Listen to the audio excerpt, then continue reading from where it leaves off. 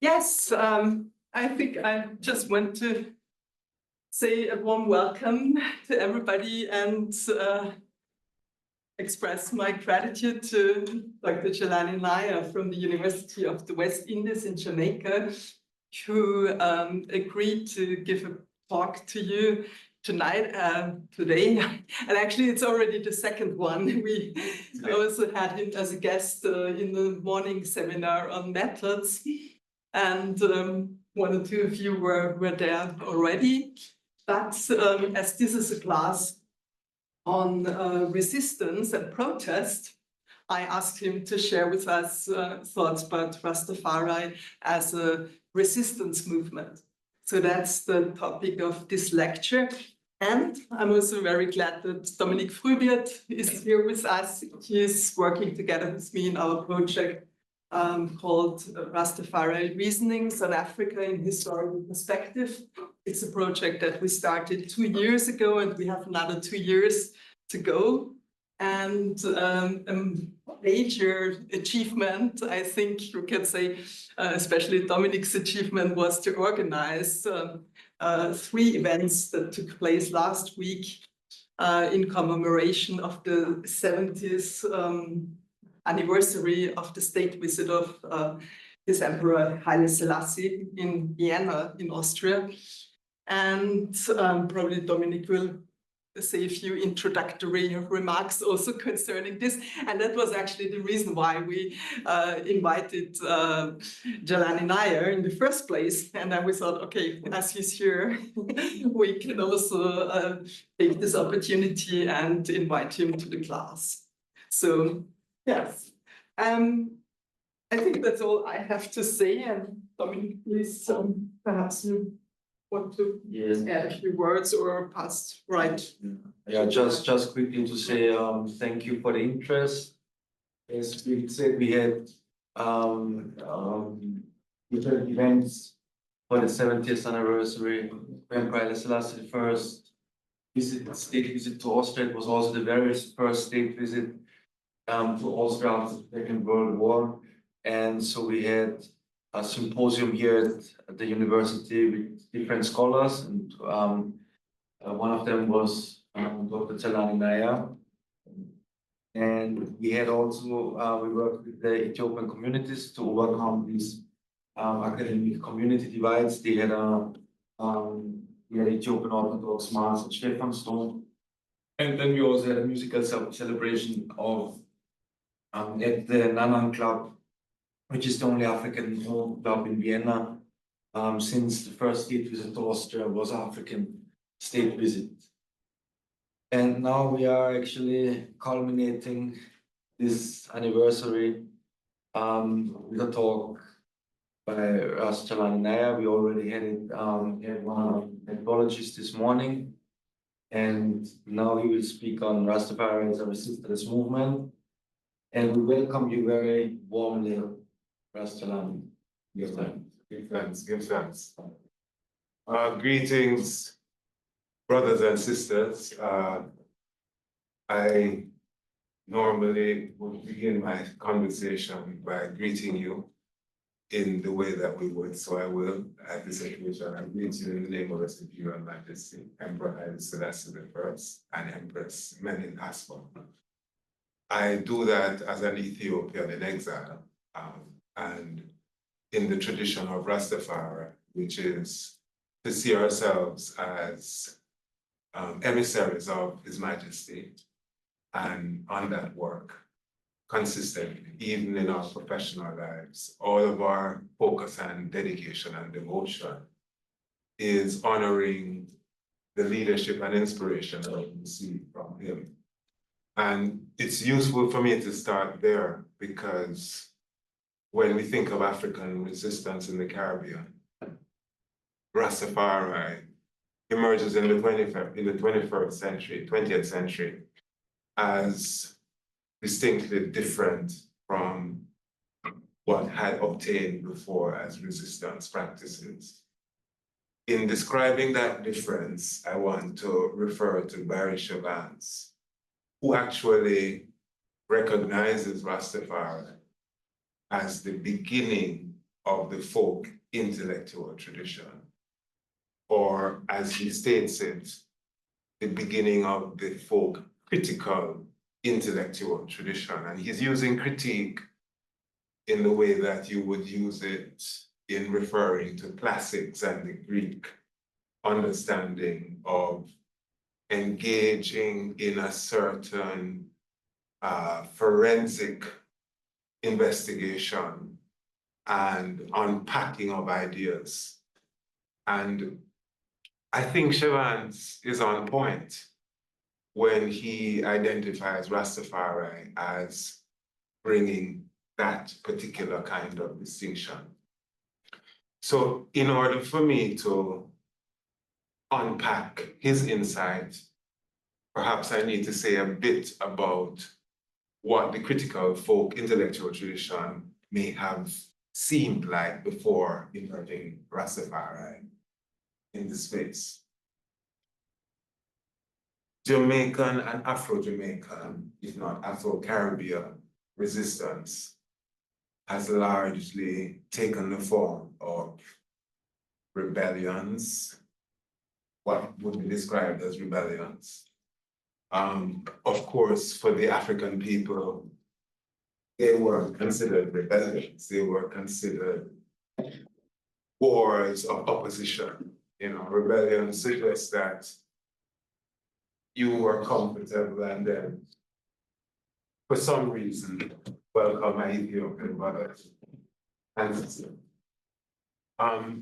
yeah, rebellion suggests that, you know, everything was going smoothly and then you decide that you want a difference. And therefore you want to upset the apple cart. And some of the scholarship is critical of that term. For example, the revisionist historians are describing the slave rebellions, particularly the Maroon rebellions, as Maroon wars and slave wars. So within Rastafari, how we frame a discourse is important, which is the same reason why the revisionist historians don't talk about slaves in the Caribbean, but they talk about enslaved Africans in the Caribbean. So it's the same nuance description with the word rebellion. So if we think about Afro-Caribbean rebellion before the 20th century, we're talking about largely religious activism. The religious spaces allow for organization, they allow for congregational activity. Religious training, in fact, is the first intervention made by plantation society to help to shape and mold enslaved peoples in a structured way. So just maybe half a century before slavery ended, the introduction of religious teaching became a part of what would have been a transition from enslavement to freedom. And the idea was that religion would help to civilize the Black savages who, you know, had their own religions, but the idea is that Christianity, as brought by missionaries from Europe, would have been a civilizing process. Before the formal introduction of religions, most practices which were African were prohibited. Regular assemblies and the use of drums and certain kind of rituals, etc. Enslaved persons had to discreetly practice. In fact, often drums had to be disguised, you know, stored in discreet places that they couldn't be destroyed. And anyone found with anything that looked like African ritual paraphernalia would be subject to all kinds of punishments in the enslaved system. So there is a basic pushback against the expression of African desire, African freedom, what has been described as overall African culture and tradition, religion especially, the things that seem to give people power. It's 9:30. All of that. That's Jamaica 9:30. All of that was resisted in serious ways. What this meant is that all of the leadership that framed itself as resisting the plantation society, all of that leadership was targeted for serious abuse, punishment, and disciplining in the sense that this is not what you're supposed to do. And all of the persons who would have led wars, violent attacks on the plantation system were made serious examples. Sam Sharp is one of the famous ones, Paul Vogel, another famous one. Both of them hanged publicly, and the idea was that no one else should try this kind of thing because this is what would come your way. So you have a society where there is no ventilation of African freedom generally, and any aggressive resistance would have been met with aggressive disbandment of whatever it is that people were doing. The biggest post-emancipation move to assert African freedom was that led by Paul Vogel in the 1860s. And Paul Vogel, over 300 Africans were hanged after that reprisal was put down as a final sort of statement to any person thinking about this, that this is how the state would respond. Essentially, therefore, the structure of West Indian societies were designed even after emancipation to continue prioritizing the white plantation class. The formerly enslaved African population were emancipated, but in no way facilitated in becoming free citizens. Not given land, not given any reparations, money, not given any facility to move forward. So you emancipate people, but you force them to work for the persons that you've just emancipated them from.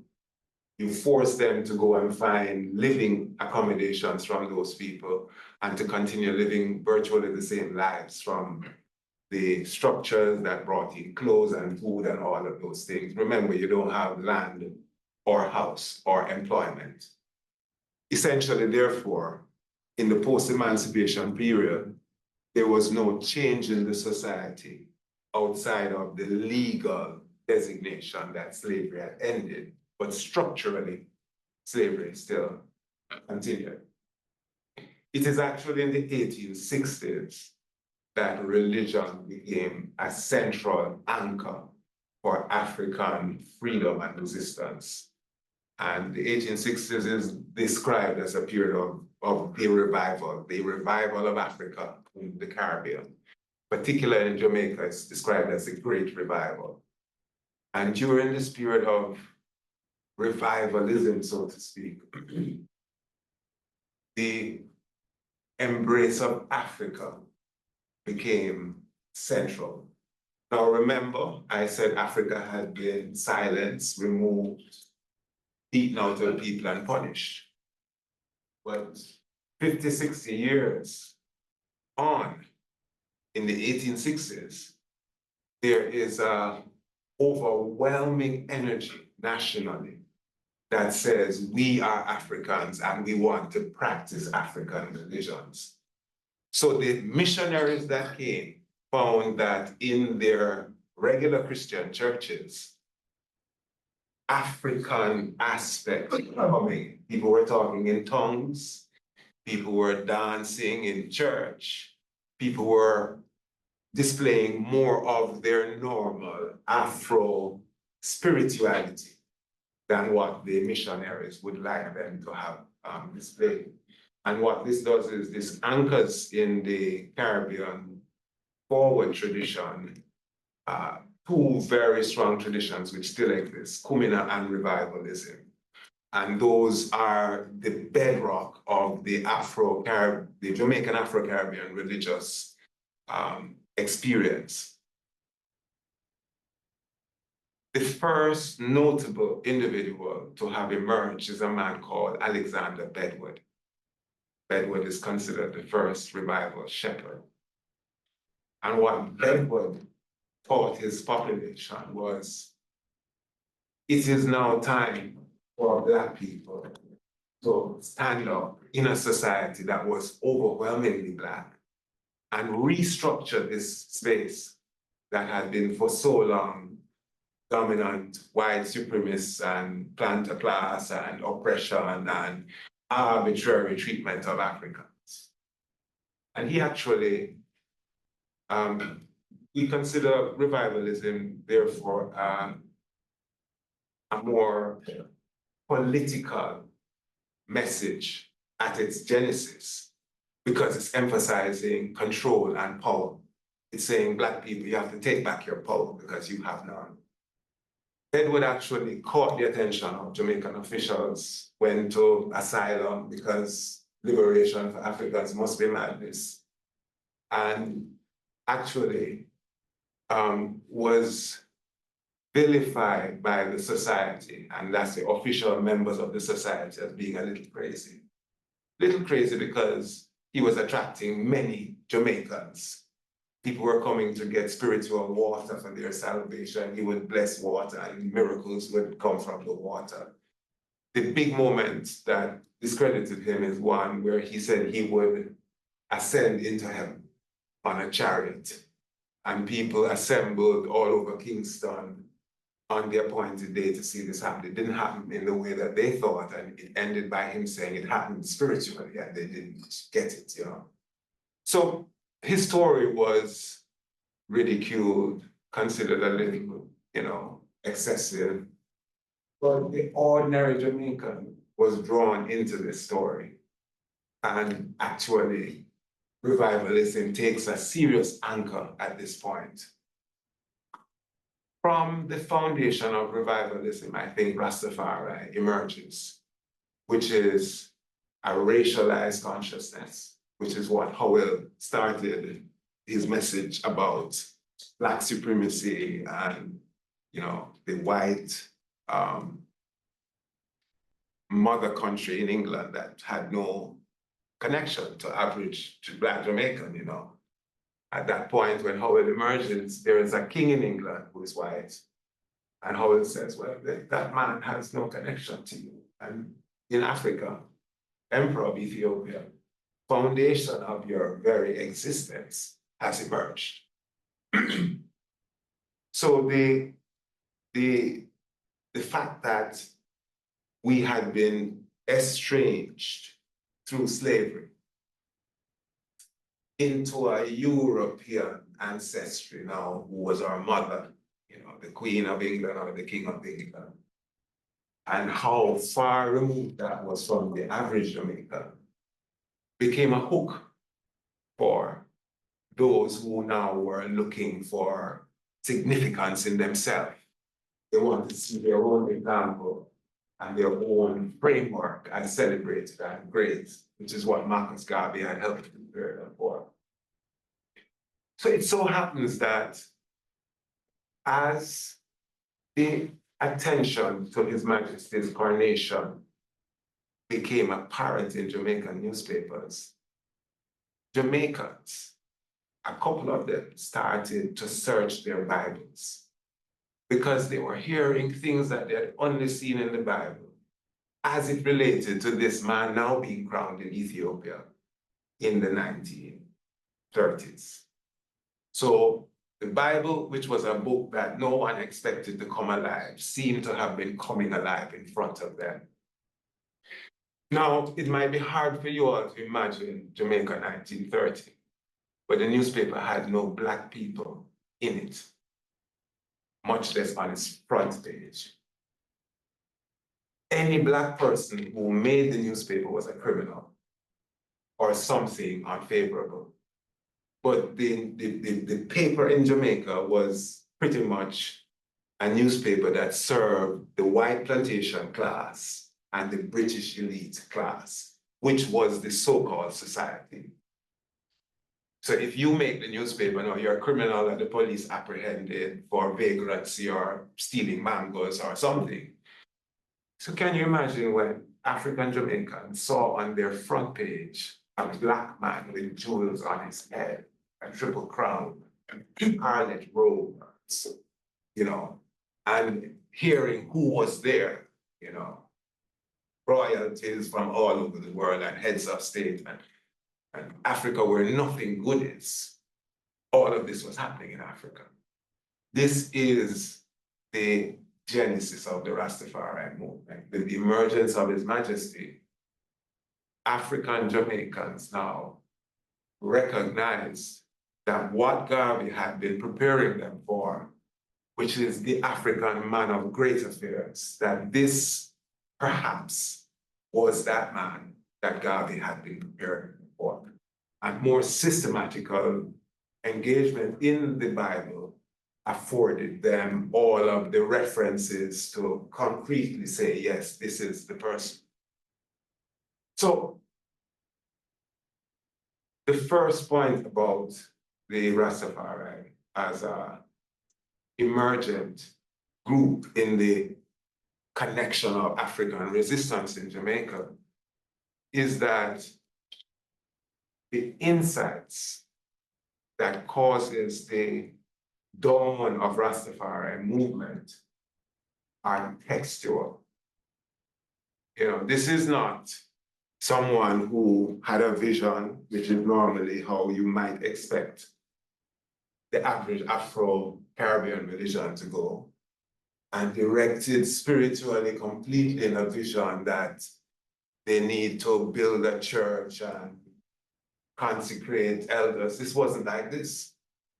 This was a world event that was being reported in real time in their newspapers, that they could go back to their Bibles, 2,000 years old, and begin to triangulate. So it becomes a different kind of Genesis, one founded in text and one founded in a prophetic expectation, which doesn't really speak to other traditions that we have under scrutiny. So this is where I think Barry Shivans begins his assessment of Rastafari as the genesis, the beginning of the folk critical intellectual tradition. And by that, we're saying that, you know, Rastafari is guided by oral discourse, things that have been said, things that have been prophesied, things that have been promised. But in this occasion, that oral discourse now was bounded to text that could support it.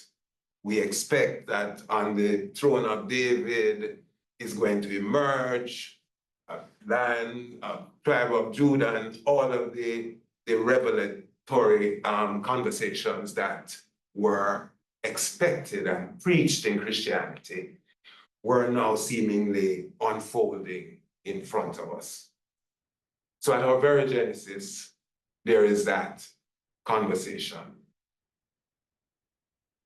Beyond the genesis of Rastafari in the scripted and scripture is a facility that I think all other traditions have missed. It's a certain kind of internationalism. So very few folk forms are inspired by actual politics happening thousands of miles away. Rastafari didn't search around the Jamaican space to fashion an understanding of redemption, but decided to go back to the source, our source, everyone's source, humanity's source, you know, Africa. And in going back into that source, you know, my brethren always say it's not a religion, because religion is everything corrupt and bad and problematic. Because religion is how, you know, many of us were put into slavery, saying we were going to become civilized. And we're born religion. You know, we say, you know, we are not a religion, we are liberty, we are culture.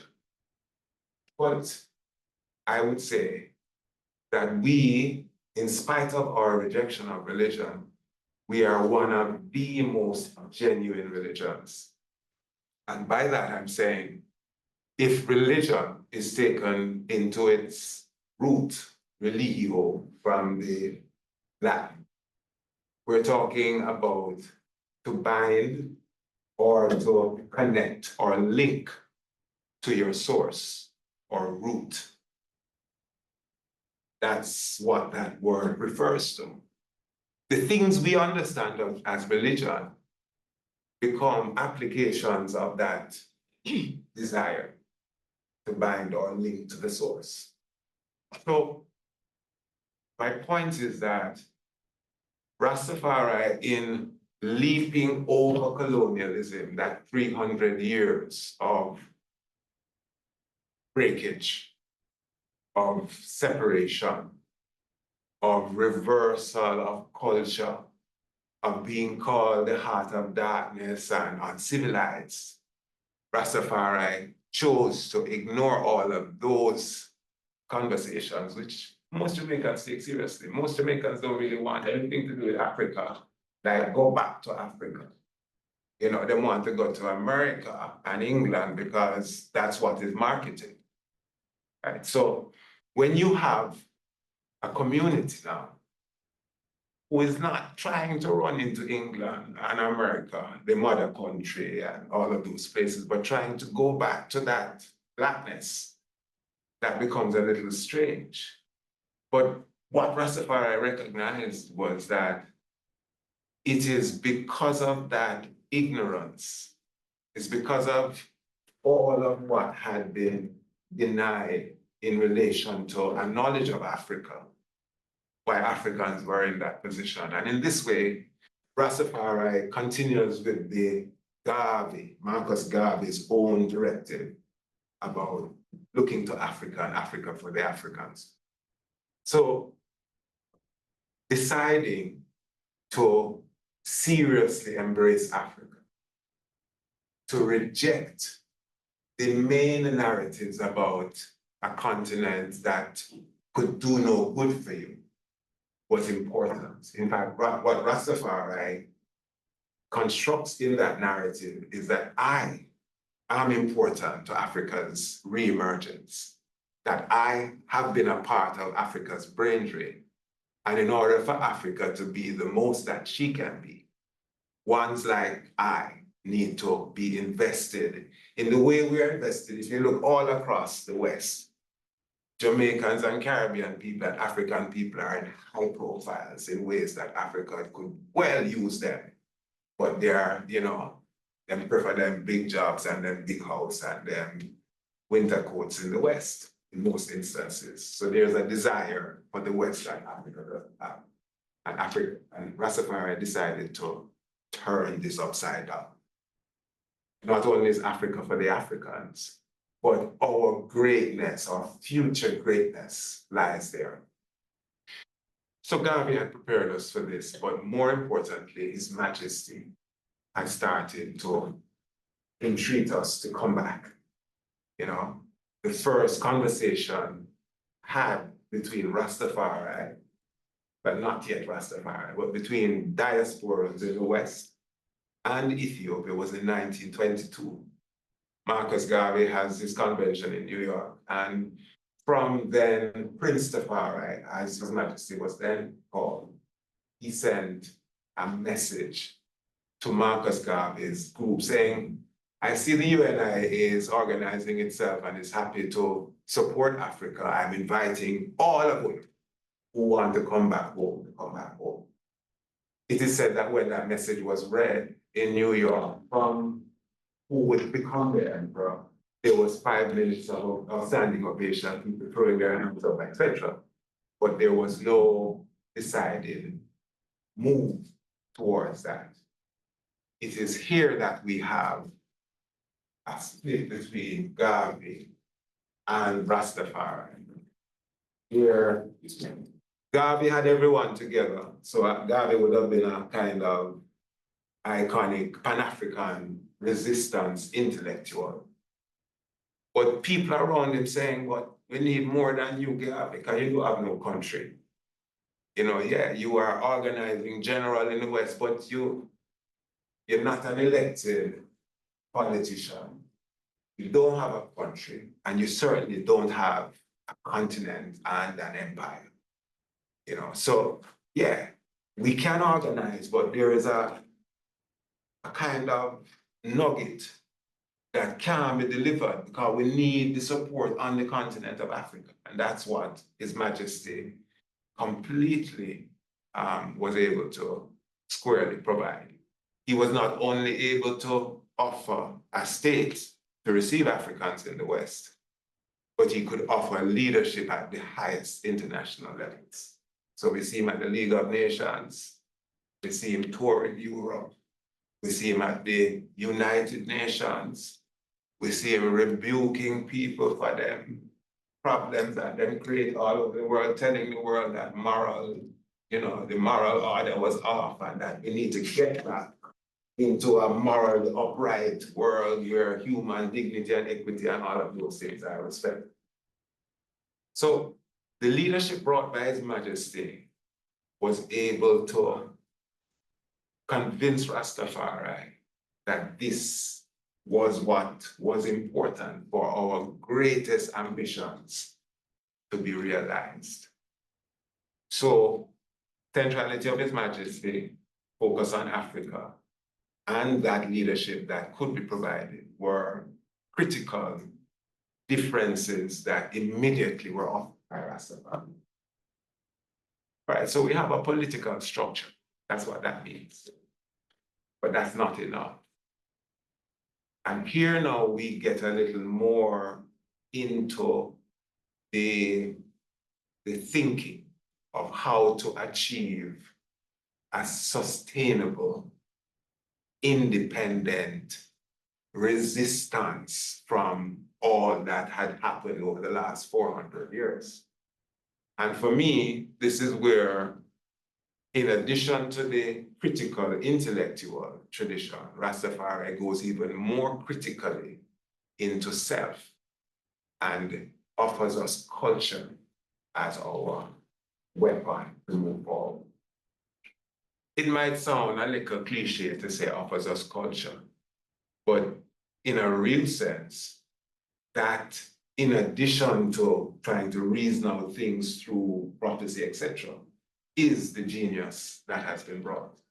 So what has Rastafari done is first affirmed Africa and the need to reconnect to Africa, but it's also asking us to find African culture in order to keep us in a way that we can't be kept by an alien culture.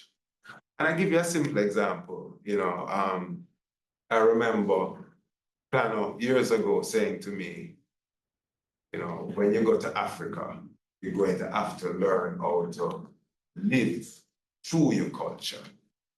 And, you know, in talking simple things like, if you need to eat with your hands, you can eat with your hands. We've forgotten how to eat with our hands. You know, it's like our hands are scornful. We don't know how to do that. But Indians and many Africans, you know, the food all look better and nicer when you see them, you know, doing this and eating with their hands. You must say, you can't be too stush to not be able to eat with your hands. What happens if you don't have knife and fork? There are people who cannot eat without a knife and fork. You know, they just, I don't have any utensils, and it becomes impossible. Or how you need to clean yourself after you use the toilet. If you don't have toilet paper, what happens? You understand? The ability to use water and without feeling as though you're nasty, but understanding that that is clean. You know, to clean yourself is the kind of inner logic I'm talking about. Well, here is where Rastafari went to the heart of livity. So if I were to frame this conversation, I would say the difference brought by Rastafari in the space of resistance is using livity, way of life, as resistance. So let's think about how that has been constructed. Mia Badir is how them say in the West, you know, any African here is bad. It's not straight. It don't blow in the wind. You know, it becomes something that you have to transform in order for it to seem manageable. But Rasta say, okay, me a bad, me not comb this. This is going to be the first sign of my confidence and reclamation of self. I'm going to dash away the scissors and I'm going to dash away the comb. That's one of the bingy chants. Dash away the scissors and the comb. So your hair now begins to do what it would do in nature. Nature becomes our best friend as opposed to our worst friend. You know, some people are running away from nature. We are running to nature as our good friend. So the understanding of what is an African self-presentation, what is African confidence. I spoke to you earlier about the newspapers in Jamaica not having Black people in here. They don't have Black people, but they had bleaching cream for Black people advertised in the newspaper. So in order for you to be respectable, it was saying you really need to get rid of that Black element. So Rastafari's first assertion was about identity, about the visual representation, about color, starting to, you know, the Black Power movement in Jamaica didn't really have that name.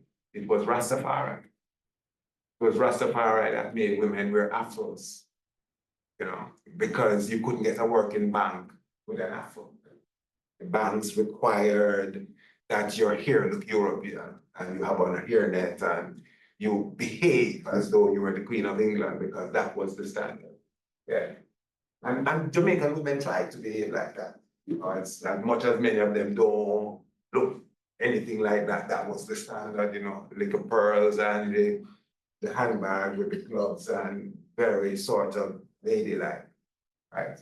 So Rastafari's first engagement, I think, would have been to disabuse the society that to look African was bad or ugly or undesirable. And the hair politics still remains as a major politics that we're still grappling with. There are instances recently in Jamaica where people with dreadlocks have been caught in institutions, hospitals, you know, and that kind of issue. Societies think that the dreadlocks is all ugly. Them say that mean insects, it's not clean. This is 21st century Jamaica still. And there's still those conversations happening. And, you know, it has been the Rastafari generally that have allowed regular Jamaican women, even those who don't hold dreadlocks, to feel comfortable about not imitating something that requires transformation of themselves with chemical and vortex and all of the various operations that are now available to give you what you don't have naturally. So the representation of identity and self and person have been a major embodied aspect of the self-actualization, which I would describe as being at the root of resistance. You know, we think about resistance in collective terms, and we think about resistance as a group achieving the kind of end results or community. And we don't necessarily think about resistance as an individual act that is self-empowering. I think that that is the strength of Rastafari. Yeah, you have solidarity in the group, but you can begin to fashion and refashion that self in the space of resistance and the philosophy of empowerment just by looking within. So aesthetics are important. In fact, that's how Rastafari is primarily identified, as a visual engagement. You know, I look at the brethren over there, you're a Rastaman. I'm not going to say, there is a man. I'm going to say, that is a Rastaman. And visually, that's what he presents, right? We might get more specific afterwards, but the first thing that comes to mind is what hits you, Rasta. All right. That we can see. Other things we can't see. And I would say the next major engagement that I and I is as it relates to our politics of society. We didn't know when we were saying we were Ethiopians that we had that right. We know we have it now. We can claim that right. But subsequently, the United Nations tell us that human beings have the right to change their nationality. Part of your human rights. You have the right to leave one space and go to another space if you feel persecuted and unrealized in the ways that you might want to be realized and fulfilled. You know, and most countries sign on to those things where they accept the principles and will work to support people who are oppressed in various places. And Rastafari realized, yeah, we are Ethiopians in the West. We are oppressed because of our very culture and our belief. And that political identity has perhaps not been fully resolved by us, but I think that that is our major power going forward.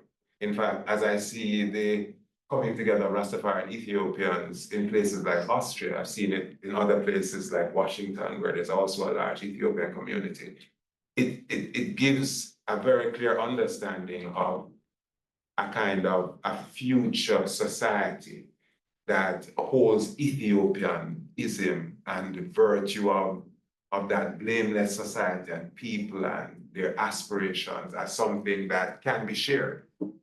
You know, the very principles of Christianity that we use as universal. The Ethiopian Queen Sheba said to Solomon that our people live like this. They've always been like this. Therefore, it won't be a problem for us to assume Christianity. This is the Ethiopian way, brotherly love and sisterly love and everything. So I'm saying that there's an Ethiopian globalization that Rastafari, through our own identity, you know, there's a promise of a better kind of humanity that I think is being positioned in that politics of identity. You know, I'm not a Jamaican, yeah. That is an enslaved, broken, destroyed, you know, man who don't know himself. I am an Ethiopian. I'm emerging as a man who has reconstructed and refashioned myself in a particular way. So the politics of identity is very, very significant. What has come later is a liberty which embraces what I do with myself. And I'm talking about what is often described as ITAL, but is more than ITAL. You know, the ITAL people think is just what you eat. It's not just what you eat. It's your demeanor. You know, it's how you engage with that which is around you. You know, whether you have plants in your house or your house barren and dry. You know, it's how you have curated nature, part of your own wellness. You know, my plants talk to me as much as my pets do. You know, there's an energy and a relationship that you rely on for your wellness.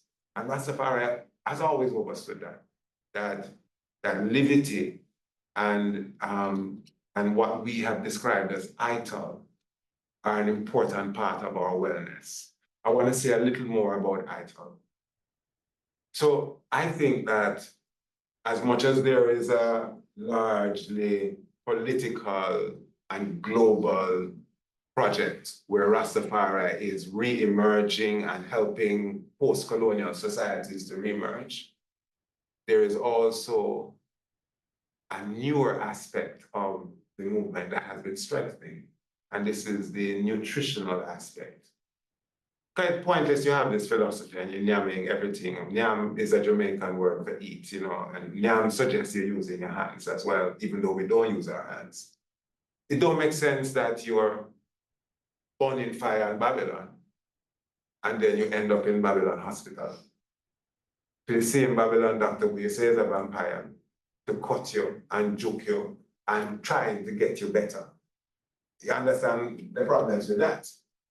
You know, here it is, you're burning out all of white technology and white science, but you find yourself in a hospital.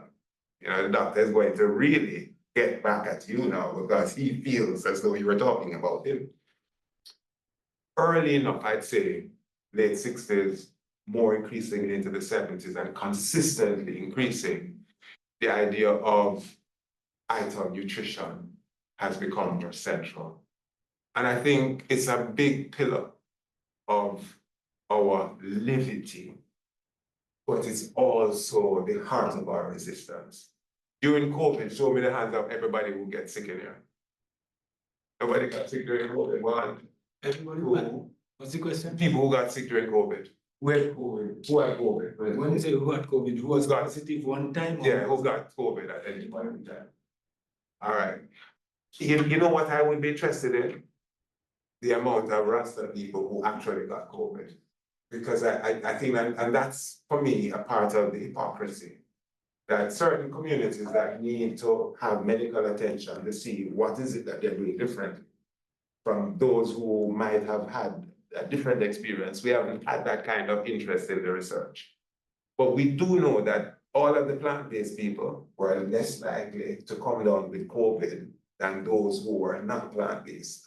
This is what I've seen from the post-COVID research, right? May I ask a question just in between? Sure.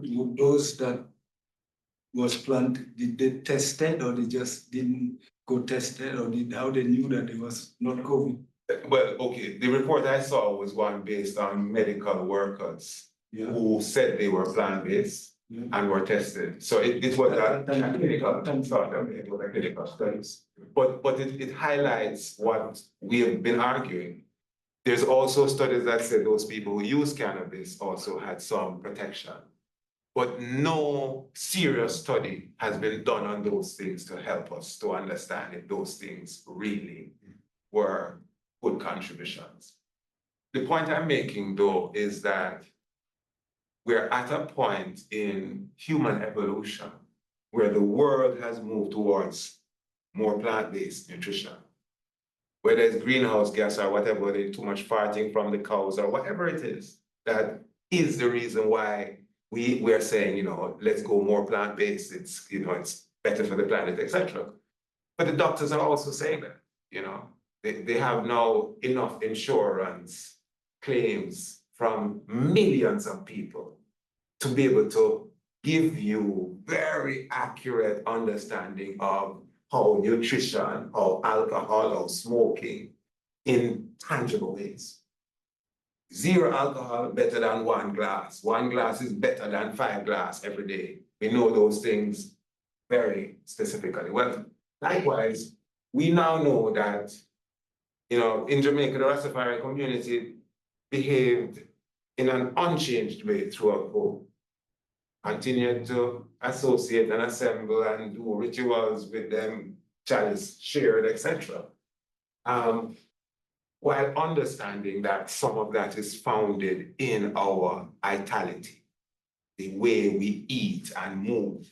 So all the social distance and them things, a group like the Bubba Shanti not into handshake. You know, and you know, it looks scornful. But no, the priest has no need to touch it. You know, and when he does, it is a conscious touch. But normally, yeah, Reverend Bow, greetings, my lord. You know, you keep your germs, I keep my germs. You know, that kind of social distancing has always been well understood. A little input on that during the COVID, it was the Rasta greeting that the whole world. The whole world was pumping fists, and thank you for that. But you know, just to continue in that vein, the sense of awareness about transmission of germs has well been processed and understood. You don't walk into a chalice camp to share chalice and don't first reach the pipe. Rastafari, what is a chalice? Oh, am I talking to people who don't know what a chalice is? That would be very unfortunate. It's the pipe that we smoke or that ganja in, or the cannabis. And usually it's smoked in communion where I sip and then I pass it to Dominic and then Dominic passes it to Brigitte and then it goes to Bernadette and goes around and it comes back to me. So it becomes, you know, very much tactile and considered one of the things that might not be COVID friendly in that sense. But I'm saying from that time until now, long before COVID, you would not walk into a chalice camp and not go straight to the pipe where there is soap and you're expected to wash your hands before you bring yourself into the congregation to start to share that sacrament in a communal way. And it continues in various ways where, you know, personal space is understood even if you're together. You know, people are very sort of sensitive to bodies and the hygiene issues. I've always maintained those kinds of things. So I'm saying then that around our main communion, there has been always built in to it systems to keep us safe, so to speak. And the final thing about that space is that, you know, chalice smoking and herb smoking is not recreation.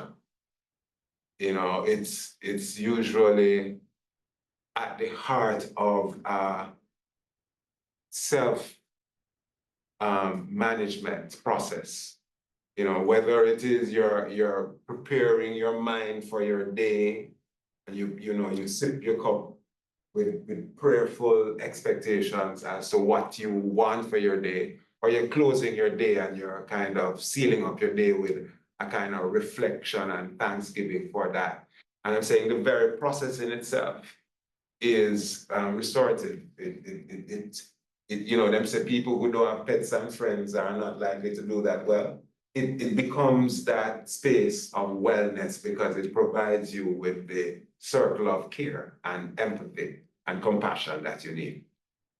All right, so between our politics of Africa, our focus on His Majesty, our self-actualization in our pirates and emerging, our ritual to come together and share, our nutritional understanding with wellness, I would say what I might not have described is our knowledge production as the kind of other thing. And by that, I'm talking about the engagement with science, engagement with history, engagement with, you know, the stars, with politics of the day, with solutions for basic problems that surround us. That is a universe now. That universe has given us things like reggae, which in a sense converges many of the things I've described. Reggae is a platform for teaching, a platform for spiritual upliftment. It's a platform for moral direction. It's an advocacy platform. Peter Tosh was one of the first artists to sing against apartheid internationally. it's a platform for advocacy for things like ganja, which is now decriminalizing around the world. Apparently not yet in Austria, I gather. So I thought Austria was Germany initially. But the idea of reparation as a critical post-emancipation, transatlantic slave, all of the complicitous, people them who say, let's forget that, that's history. All of these things that Rastafari has been able to hold as critical issues for mankind.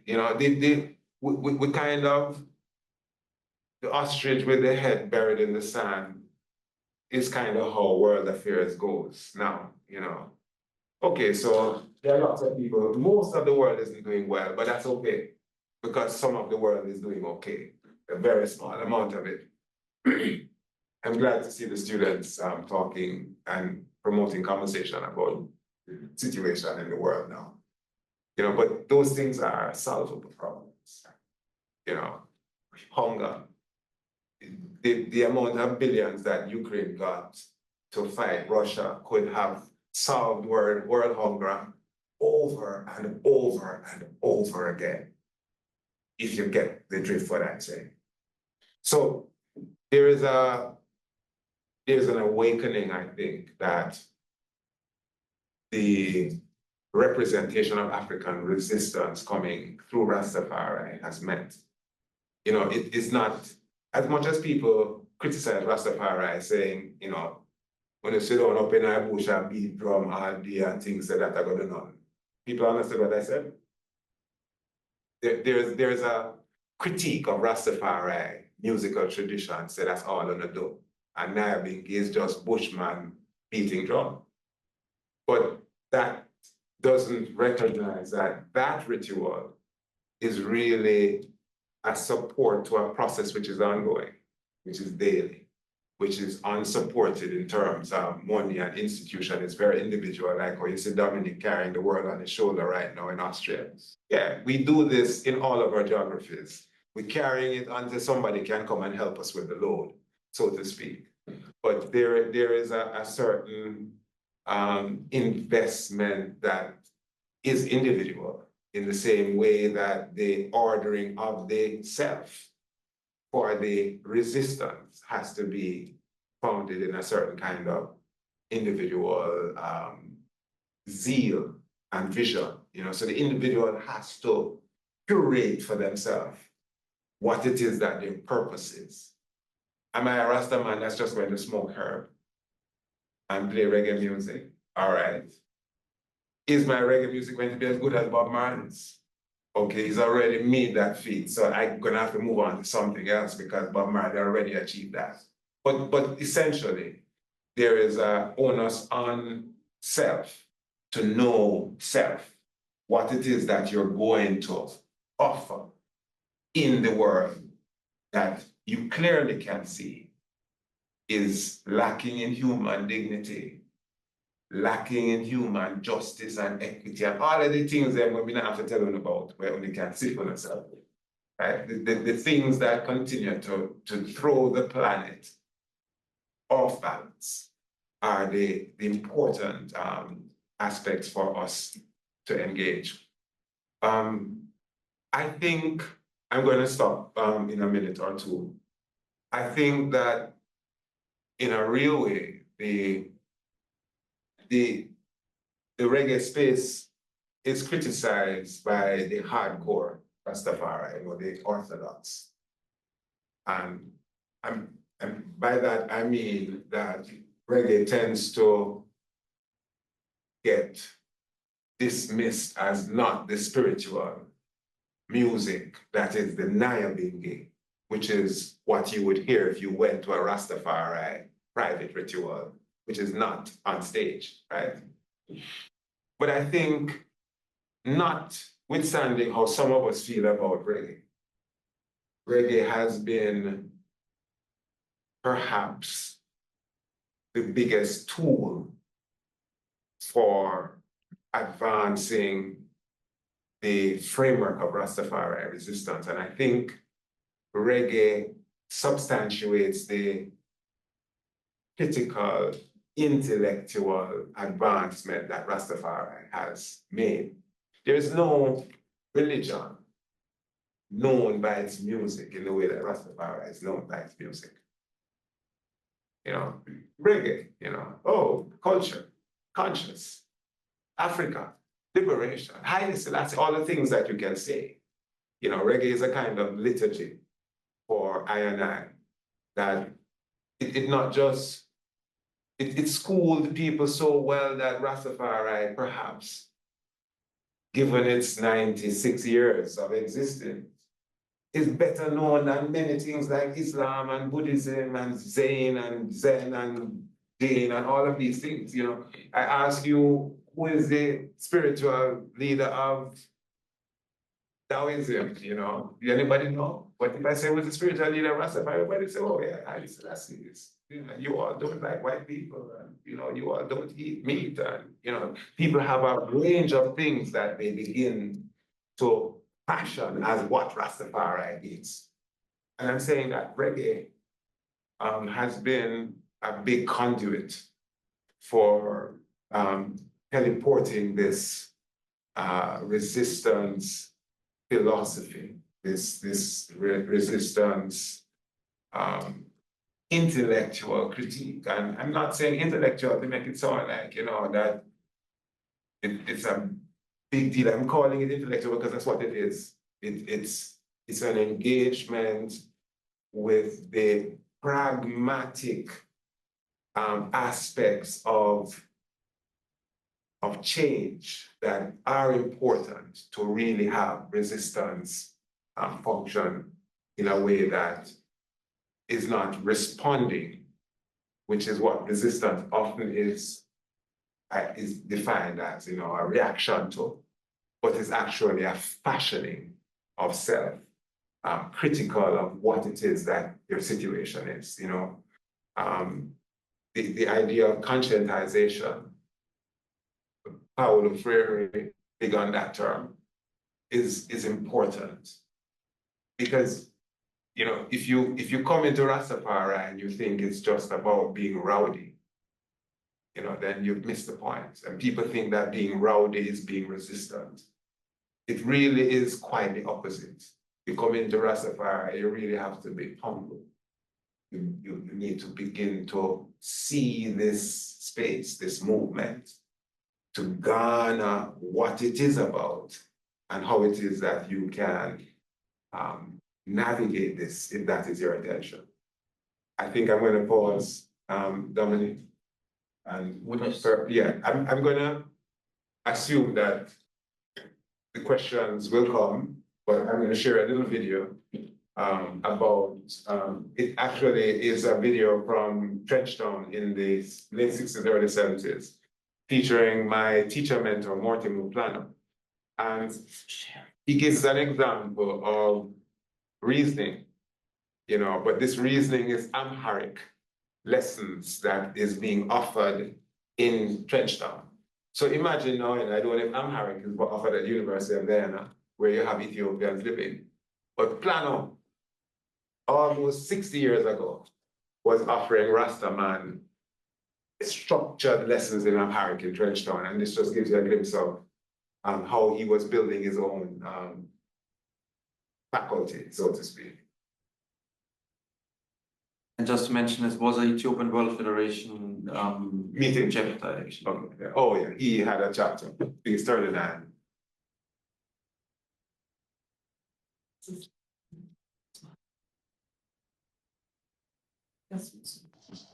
Ethiopia,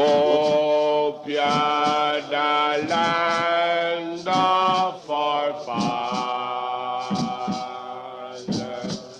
the land where all God loves to be. As swiftly so I saw them down, thy children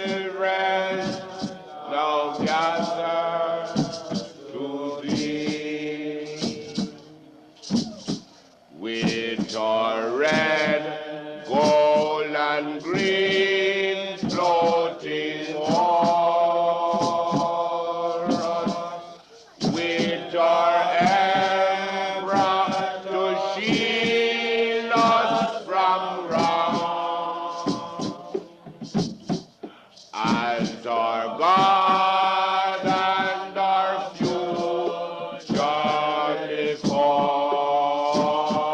us. We hail him with shout and with song. God is our need, us high, who keep Ethiopia free, to advance with truth and right, to advance with love and might, with righteousness leading. We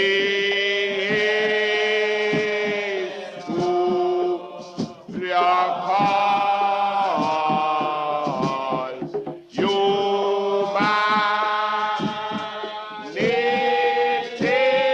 pleading one God.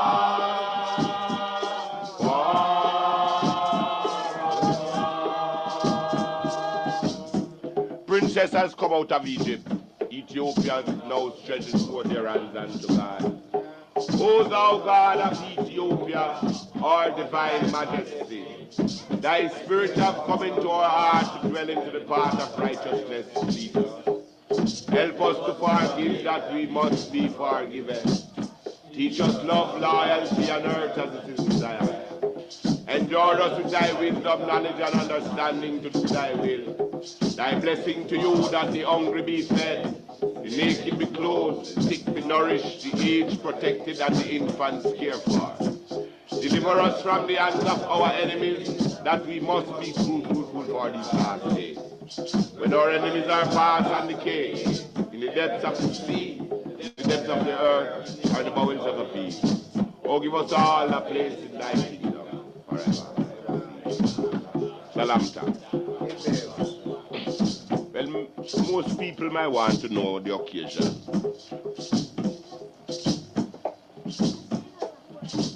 It started long ago.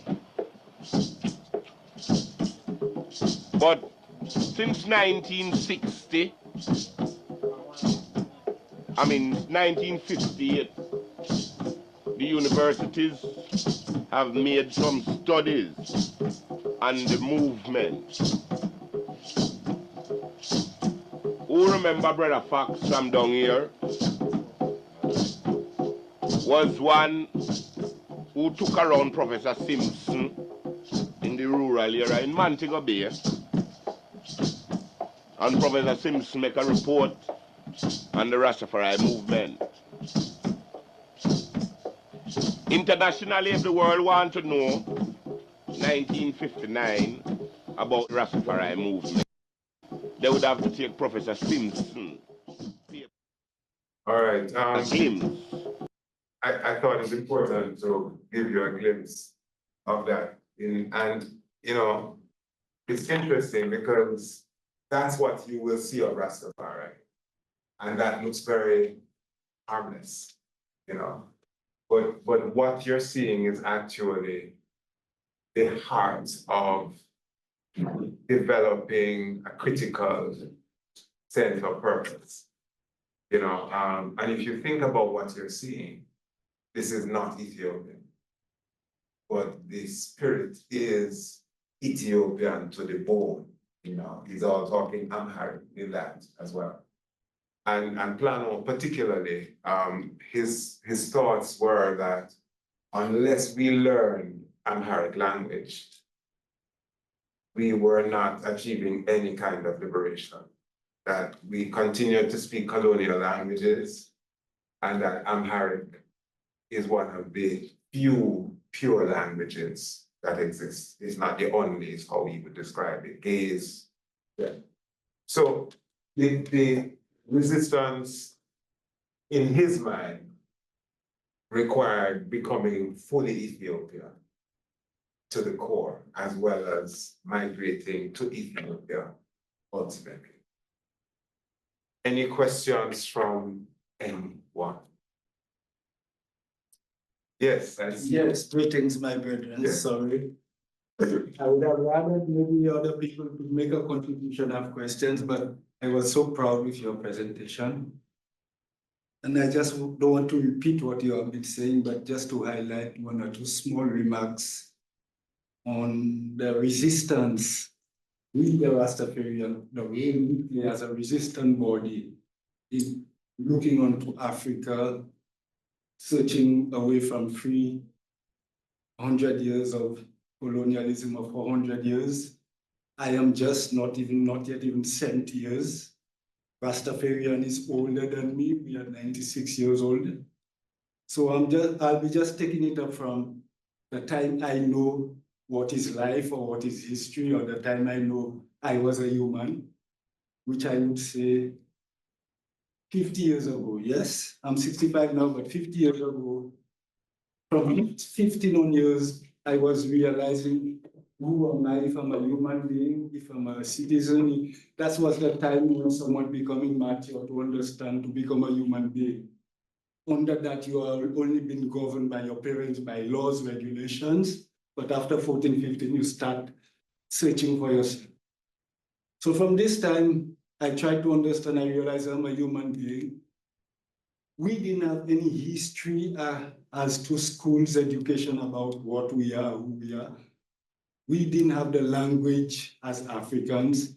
There was nothing that was taught at home, which would be Africans. As you said, we was post-colonialism citizens who will wish to be either Americans or British or French, but we were just people who would wish to be part of our masters, and we wouldn't be.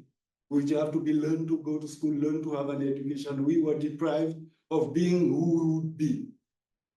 So the only thing I have seen from 15, 16, 17, since I start understanding something, then this Rastafarian movements coming to me. It was existing, as I said, many years before I even recognized it. And St. Lucia, it started. I will go back to Jamaica because Jamaica was the heaven for Ethiopia, because Jamaica still was the biggest airport or biggest slave trade landing apart from the Americas, but Jamaica was always the port from Ethiopia or Africa to the slave trade movements in the Caribbean. So that's where Rastafarian also, as a revelation and Genesis, rise up. But even it went back to the Caribbean, going down, it even came to St. Lucia years after. The Rastafarian movement was existing in Jamaica many years before St. Lucians would even embalm or embrace the Rastafarian movement. So in the late 60s, 70s, I heard of the Rastafarian coming with new ideas, new knowledges, and so-called forbidden words, forbidden actions, like calling a man God, looking back to Africa, where we was never Africans, we was deprived of saying that at school.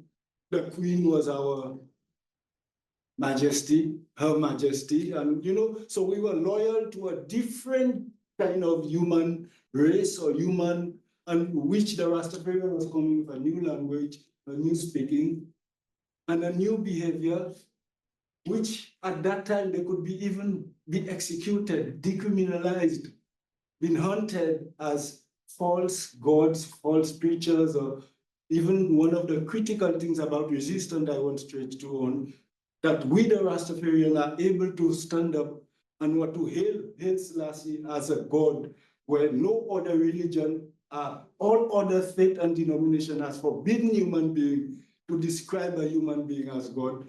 And we were able to do that, and we was not being discriminated by just executing all Rastafarian. So that's a milestone I have seen within we as the Rastafarian, as a resistant movement, that we were able to keep that resistance with all this struggle. A day like today, we can start in the sit or stand in the middle of Vienna, bringing this topic, talking about barry water, talking about rituals.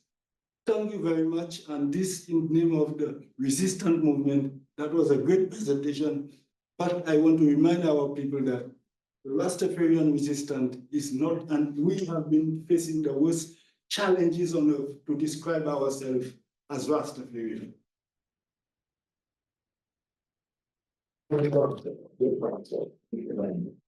It's always good to have first-hand account of, because the issues with as university space is that I think, we are also a part of the resistance in the academy in various states. And, we need to be very clear in being on the ground as well. Otherwise, we seem as though we are here and then we are studying people who are here and we are not a part of that. So, the family has to kind of know that we have support in various branches and the university has to be a big support. This is where we are hoping to bring together different ideas to contend and overstand each other in a way that help us in the future progressively. Thanks. Any other comments, questions?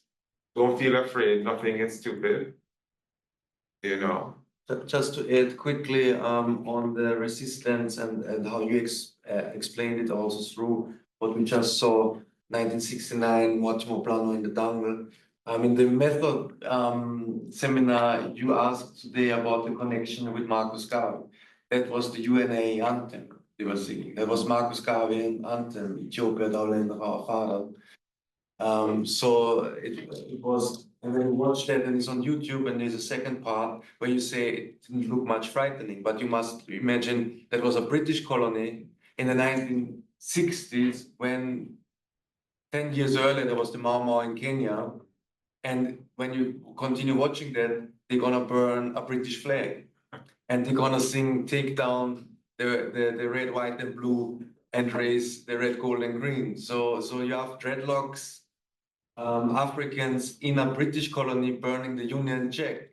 So it is quite revolutionary. Although some people would say, "Oh, they're just talking," but then we see by now how this talking has changed the world. In fact, what Plano would say is we are politics without a party, because those are very political actions, and it's the disinterested form of politics why our situation has been so, complicated. If people were trying to be politicians, it might have turned out differently. But yeah. I have one question. Or two, or maybe there are like thousands, and I wouldn't dare to ask them. I'm even afraid to ask this one. But A little more loudly. Yeah. I'd like to know from you, how do you see Rastafari in the future, or the visualization of the future? And if we go to the political point of view, I heard about African diaspora nation, like worldwide global nation coming up, for like everybody in the world, African, and what do you think about it? All right, so you're asking for the crystal ball. I actually am interested in what you've asked in my own work. I have been grappling with what I'm seeing, where I go internationally. And in my mind, I'm working through what I'm describing as Rastafari, as ethos. And I'm really speaking to the way the world has caught up with our consciousness. The world is not at one with our consciousness, but it is, we've caught the eyes of the world with some of our are natural offerings. I'm talking the cannabis and the plant-based as two aspects of it, but the whole suggestion about, you know, the movement and healthy living and wellness and sustainability and, you know, all of the things we're trying to get rid of now that are, you know, causing toxicity and polluting the earth. Rasta has been there for the last 70 years, you know, and we are talking with policymakers who are still trying to legislate things that we were clear were important. So I see our consciousness as increasing and becoming more applicable and more of a reference point all across Europe. I mean, there's a Glastonbury festival that happens in the UK. You know, the people who turn up there are looking Rasta-like. There are many types of people there, but I'm saying that the energy of that festival, as well as all of the reggae festivals that occur across Europe, are a big part of a nourishment of a kind of different humanity, you know, to begin to feed people with a consciousness about how they treat themselves and one another and the planet and Africa and all of that. So, you know, I think that we are certainly on the rise as a world consciousness, a world view, as we might put it. Increasingly, there are going to be people making those references. The man in New Zealand, that bonfire on the Queen, that many people may have seen that video some time ago, Bobo Shandy man, who gives an address in New Zealand Parliament maybe about 7 years ago, 8 years ago, and it's pure bonfire on the Queen. But as the conversation among indigenous peoples around the world get more amplified, there is a connection with Rastafari as also a kind of indigenous and solidarity among peoples. That's why the people in the Grand Canyon, you know, the Native Americans who have themselves gone through a certain kind of problem, hold on to this as important, same as in New Zealand, South Africa, and other places that have had serious protracted issues. So, you know, Bob Marley cannot be equal. You know, he has placed our philosophy and intensity in front of the world. You know, I heard someone in Palestine talking on the radio, and they're saying, you know, we were listening to the Bob Marley peace song. And I'm wondering which one is that? But as far as he was concerned, you know, Bob Marley and a peace song, that's it. You know, it could be any, it could probably not even have been Bob Marley. Probably it's just some reggae that he was listening to, but it's the symbolism that Bob Marley has opened up a space that normally would have seemingly not been available. The new movie, One Love, is another, you know, whether we don't like the representation or we like the representation, it speaks to what you're asking about.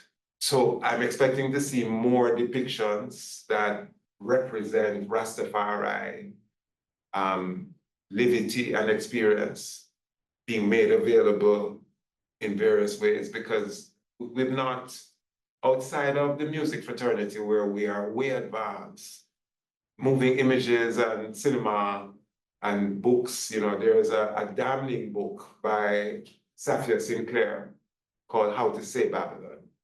It's a memoir. She's a woman raised in a Rastafari family, and she's rejected Rastafari, and she's written about it. And this book is a bestseller now in most of the, you know, Western North American selling market, millions. She's going to be rich from the book. 4 languages translated. It's a book that's saying, you know, Rastafari, it's very much conventionally, you know, patriarchal and oppressive to women. I couldn't climb a tree, and, you know, that kind of, you know, seemingly like a Taliban experience. So there's going to be more things brought into the mix, including things we don't like. But I expect that increasingly, Werner Zips actually, in a book several years ago talked about Rastafari towards a universal philosophy. And I think he was onto a very clear understanding of a future that you're asking about. I don't think it's an accident that, you know, one of the newest countries, which is Jamaica, you know, island outpost, with one of the oldest countries, is now an arc of consciousness that is trying to refashion a kind of post-colonial world.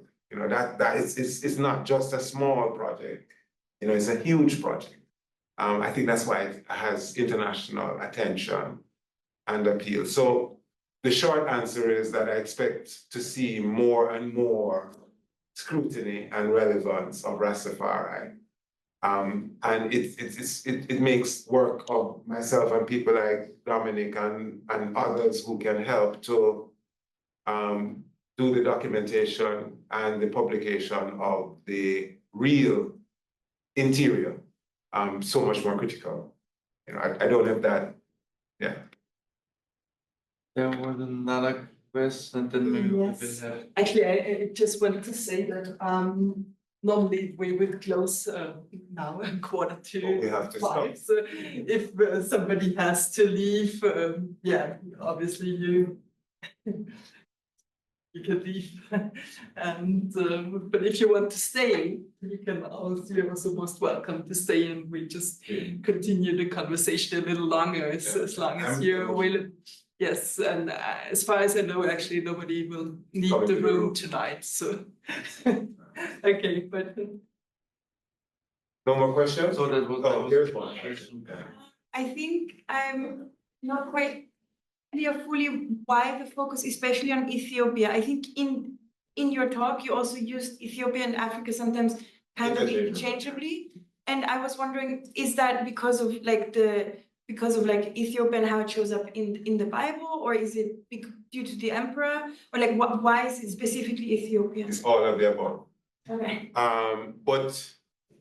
Okay, so I was trying to say that in the erasure of a connection to Africa, Ethiopia became an enduring and visible connection. So yeah, there's the Ethiopianism where people are actually looking for Ethiopia and this is Africa and feeling a kinship for that. But the real thing is that in the 20th century, Ethiopia comes specifically to attention with the coronation of His Majesty. So it's a renewed Ethiopianism at that point. But His Majesty goes further as stepping forward to provide the leadership that had been absent hitherto. His Majesty also provides land grants for people who want to come home. And perhaps, you know, outside of Nkrumah, which I don't know if he was in that kind of dialogue with diasporans. His Majesty from 100 years of correspondence, you know, including trying to ensure that the historical African diaspora understood that it was welcome, you know, and so there is a facility and an enduring relationship that was developed. But it has everything to do with the Bible and His Majesty, in addition to what happened, bringing both of those things to kind of. Yeah. Also in Quran, not only in the Bible, in the Quran. Okay, say a little more. I mean, Ethiopia, that's the future. Ethiopia, I've seen, that's the only, I mean, I see now it's not because it's not a country, we are still in our language. We are still on our tradition. When I go to Ethiopia, that kind of confirm. All right. It's different also. It's not only Ethiopian Christian, the Muslims is different than anywhere. Mhm. So she's indicating that the anciency that Ethiopia represents and the eclectic sort of embrace of other traditions gives Ethiopia a certain, the uncolonized becomes, you know, like if you're trying to find yourself and your oppressor has destroyed all of your family pictures, but that did not get to destroy the foundation of you, then it don't really matter if you came through the port of Ghana, because you can go straight back to your Lucy or your Inkanish or whatever the first humanoid was in Ethiopia. You can say, well, that's where I know I came from undisputedly, because all of us came from there at some point in time. Yeah. But there is also the conversation, which persons like Plano, who you saw in that video, which is completely muted in the histories, that enslaved Africans came from Ethiopia into the West. Some came via the Red Sea, through the Mediterranean and over, and some were actually marched across the continent to the coasts in the West. And what persons like Plano say is that the careless Ethiopians were those on the fringes of the Ethiopian highlands who were led away into slavery. And that period of the 400 years of slavery has kind of refashioned them into a more careful Ethiopian citizen now, with the aspiration to want to return. So it's a combination of everything, but the real point is, like the pyramids, Ethiopia remains a kind of indelible evidence of who we have always been. There was a question. Yeah, I wanted to ask about the reception, if you know, or if you could tell us more about the reception of Rastafari outside of Ethiopia, so the African reception of it outside of Ethiopia. Okay, the wider continental. Yes, exactly. Okay. I like that question as well. So my experience in Ethiopia is that Ethiopians are a little, cautious with us. They think we're a little enthusiastic about, not all of them, some of them like the enthusiasm, but some of them think it's just too much. But I would say outside of Ethiopia, particularly West Africa, and more so particularly in those countries that have had British colonialism, so places like Kenya, South Africa, Ghana, Nigeria, where else is there?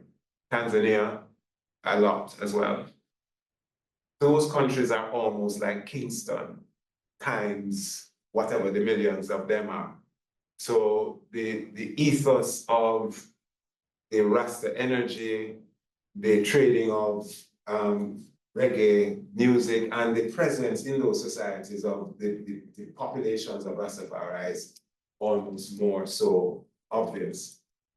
As in the Caribbean, outside of the British language groups, you start to see smaller communities. So you didn't ask me about Haiti. The movement is relatively small in Haiti. Relatively small in Cuba. Haiti with the strong voodoo, Trinidad with the strong Santeria traditions. It's as though those populations already have their own expression of resistance. And it's the same thing where other languages are concerned on the continent. So the most forceful communities of Rastafari, therefore, would be in the English-based one. South Africa claims the largest Rastafari population on the planet. They say they have 4 million. This has been number that's 10% of South Africa's population. Places like Malawi, movement is increasing. In the Arab lands, not so much. Places like Morocco, problematic. Senegal is a little kind of strange because of the bifal and all the other things that are happening there. But there is African-wide presence of the movement, and it is understood to be one of the fastest growing religions on the continent. But the disclaimers are, I think the access through language and music gives you an indication of where you're going to have a stronger population sectors emerging. Interestingly, Ghana is more ahead of Nigeria. Nigeria has less of a visible presence of the movement. And I think, Nigeria is still not considered an English language country. There are more Nigerian speaking non-English. And I think that also has a role to play in But the movement has had amazing uptake in Africa. My sense is that it offers Africans a Western culture. You know, many people are outward looking. So it's like you're saying, but I want something from the West, but that is me as well. And it seems as though it has been, for those reasons, particularly appealing to Africans, and even more so, as we notice in Jamaica, to males on the continent. Places like Tanzania have had issues with rent-a-dread and all kinds of things. The rent-a-dread is a commercial manifestation of the movement where tourism and sex tourism and all of those things become part of it. So the various iterations are complex, but I think the continent has been readily receiving Rastafari. Ethiopia, interestingly, is one of the last places to mushroom in that way. And interestingly, the first time I went to Ethiopia was 2006, which was a year after they had a major Africa Unite concert there. The time, 2006, a year after the concert, Rastafari was mostly Caribbean people in Ethiopia. Well, I went back in 2018, having gone a number of different times. So 2018, I'd taken a break, and when I went back, I was amazed. I was seeing Ethiopian youths, dreadlocks, and seemingly manifesting Rastafari in their own right. And I think that Africa Unite concert and the whole work of Britta Marley's foundation and the continued work of Rastafari in various ways, community building, water harvesting scheme. There's a school in Shashamane, one of the better schools run by Rastafari, English language based, because English language education is prioritized after a certain grade in Ethiopia. So there are advantages that the community has there. And it seems as though Ethiopia right now, to go back to your last question, Ethiopia actually has this diasporic African community. In a place like Shashamane, you have about 21 different nationalities, including Chinese and Swiss. We're predominantly Caribbean and diasporic that are returned Rastafari. Shashamane is an interesting research community because of that complexity that it offers. But so yeah, that is coming into frame in a visionary way. And that community in Ethiopia has actually capitalized on their own location, and they've had international Rastafari assembles, 2018 and 2019 were the two. 17 and 18. 17 and 18.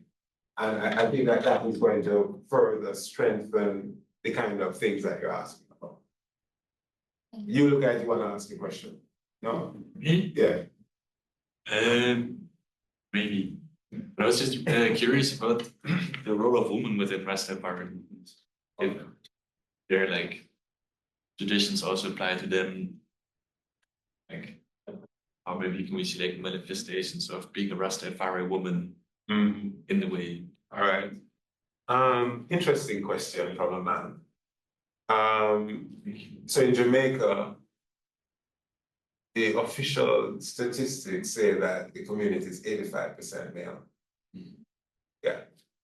So it means then whatever the 15% that is female is, most families are constituted with couples that are not equally yoked. They're not both Rastas, and many Rastafari have families that, their baby mothers, as they put it, are not Rasta women.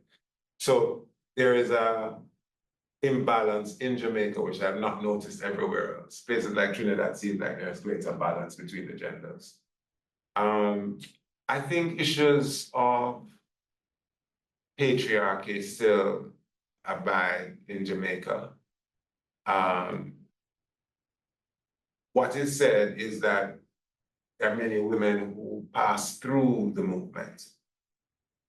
In some instances, women become very despondent when faced with issues they didn't expect to be faced with. inequity. They are not as equal as the man sometimes, or in some relationships, they might have those issues emerging. But generally, women in the movement have to be strong, so the idea of a weak Rasta woman is almost a contradiction in terms. I don't know those women, but having made the decision to enter the movement, they display a different kind of strength. Increasingly, there is more gender parity. Like the Niaah has made a lot of inroads in giving voice to women, so they're now priestesses. The idea of women being silent is not so much upheld in the Jamaican space. In fact, often the priests insist that there is balance in what is represented at the sonic and the prayerful level.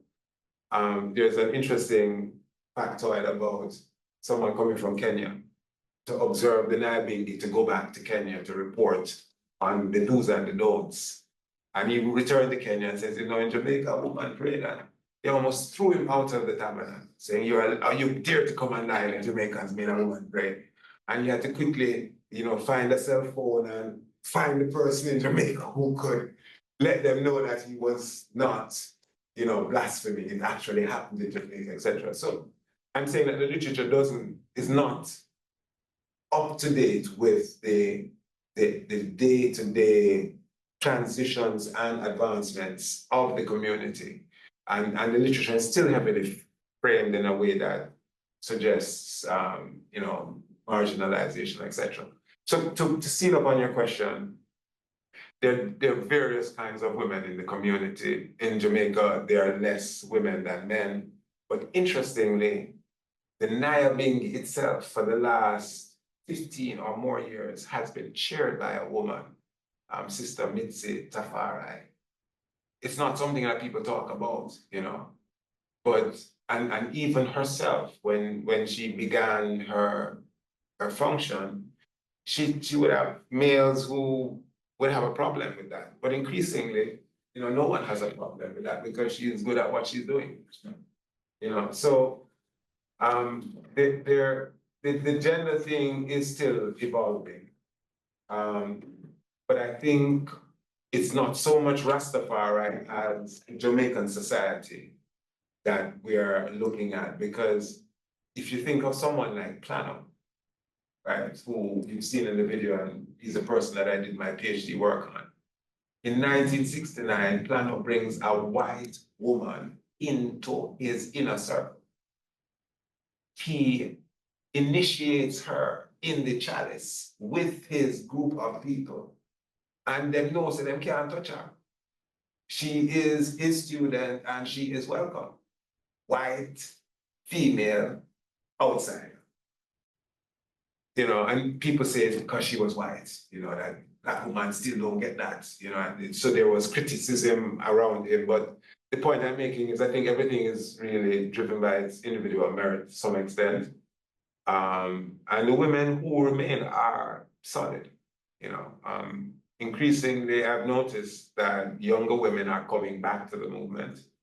I think that might be driven by the emerging work of certain kinds of artists, Janine, Queen Africa, Empress Sativa, and there are others.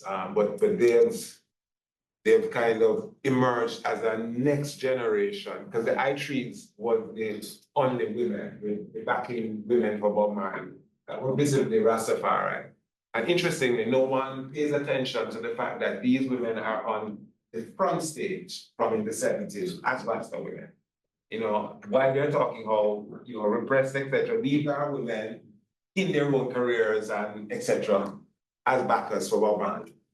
The I-Trees, I think, are now being mirrored by another generation of women who are allowed for a broader, more balanced agenda within the movement itself.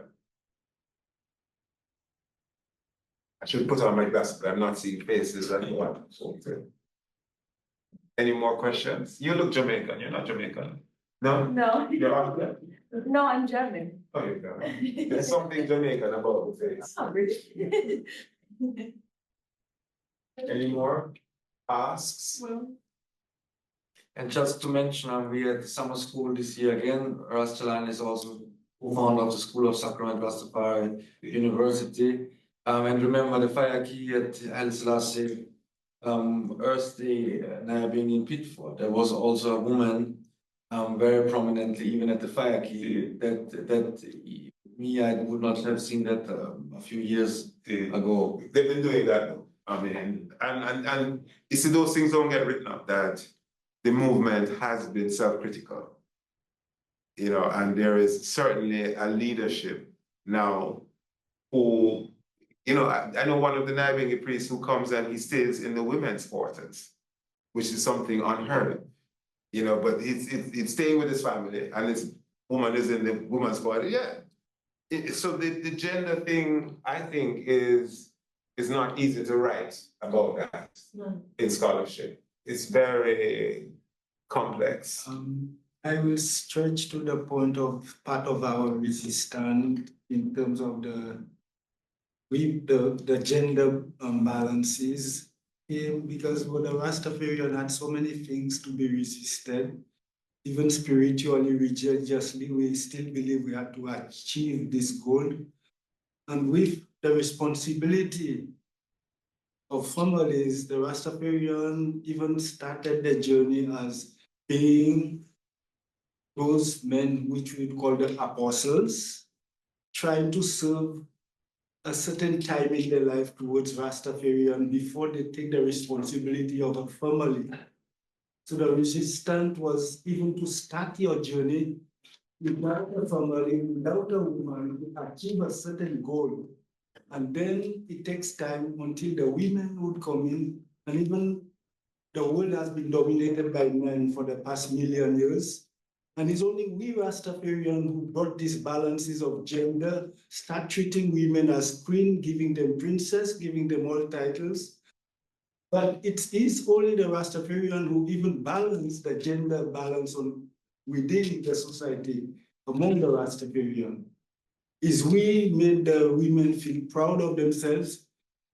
Our slogan again, one love, and these things. But our journey as part of our resistance, we had to be resisting a family partnership life to achieve a certain structure, to even structure a family where we are having now prince and princesses. It was limited, but we fight hard. And as you mentioned, the Niaah Bengi now was at one time resisting that no women should even participate in a function. And we ending having women now as Niaah Bengi leaders, you know. We St. Lucia now, at one time, we would never thought of having a woman as our council president of advisor, and she leaded for 2 years. Empress Dani of course. Okay, yeah. You know, 15, 20 years ago, we was young, fresh, and green. So that we was not structured, we had to learn, and this was the journey. Now we are structured, and thank you. But all these things are part of our history that we didn't start. We didn't just start the ladder and just jump up. We had to learn, and that was part of the. I like what you're saying. In fact, you're reminding me that, you know, we tend to forget that at the Genesis, you had to be prepared to run from persecution. You know, this was not a family space. You know, the women and children were not expected to be in the forefront on that kind of terrain. And, you know, even when you see families that they're having this space, it's a very militant family that is there, you know, a family who can understand camping and, you know, the various perils of moving in the rough. And I think to go back to the question, I think many of the limitations are also driven by the conditions of the time. You know, if you think up until the end of the 50s, a Rasta man in Jamaica could just be shot and killed without any hush. It's like you've killed a dog. it don't matter. But maybe in Austria, killing a dog might matter. You know, but in Jamaica, people will just hit a dog and move, and then someone has to clean it up. Well, I remember one of my brethren saying that he saw a truckload of Rastaman dead in the 50s. You know, it's like police go to a place and just deal with them and throw them in the vehicle. Same thing is said to have happened at the Carl Gardens incident, which is 1963. Whole community was destroyed by the official society. So up until a point, Rastafari did not have the security in the society that would allow for you to move with your family. You know, and I think in Jamaica, that's what has, you know, dissuaded women. You know, it's not a space where they can be comfortable to relax if it is that they are being pressured by the society. You know, and then going back to the Victorian sensibility, you know, one with dreadlocks and one who might smoke herb and all of those things becomes a certain kind of image in the society. And you know, at times women are reserved in trying to represent themselves fully. You know, there's a lot of backstage and front stage, especially where women in Rastafari is concerned. There's still a lot of privacy that I think is important. In fact, some of the conversations as it relates to the scholarship says that women have been less available for scholars, which is why they have been so reported. So they have been left out of the scholarship because in some instances, they have not been made available. In some instances, they have made themselves less available. In some instances, they've been overlooked. You know, so there are a range of issues emerging as it relates to that. But I think, you know, persons like Lauren Hill and Erica Badu, in a way, I think that there is a woman. It's called in Caribbean feminist literature. We talk about womanism, and it's really trying to center the Black woman in a certain kind of empowered and critical way, as different from a white woman as well. And in that context, I think that there is a sisterhood that is now comfortably emerging around the community. You know, there are women who have their own smoking circles, you know, so in fact, in some instances, they've kind of expanded in their own right, parallel and, you know, differently. But I actually think that there is a return of appeal to the movement for women right now. And let's see, I might be wrong. I hope I'm not. I'm wrong about that. Yeah. Of course, everything I'm saying here, I hope that my scholars, my assistant professors here would feel comfortable to correct me so that I'm not misguiding the, you know, but thank you, you know, for being here and supporting me. Well, thank you to honor us as your assistant scholars. Thank you very much. Okay, I ask a question before we go. After Marcus Garvey with the Black Star Liner, was there any big organization arranging for the repatriation? That's a tough one now. You've asked two questions to me.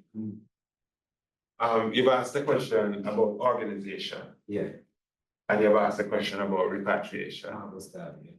Yeah, The Black Star Liner. Yeah. He attempted it and wasn't too successful. All right. I still think that we don't have a parallel to Marcus Garvey. You know, I watched, we had a seminar some weeks ago where a scholar was presenting information on raising one of the ships that Marcus Garvey would have used that went aground somewhere off of Cuba. It's underwater there. And even the project seemed grand. It seemed almost Garvey. the idea that Black people in this time could be looking for one of Garfield's ships and realistically thinking that they can bring it up and put it in a museum.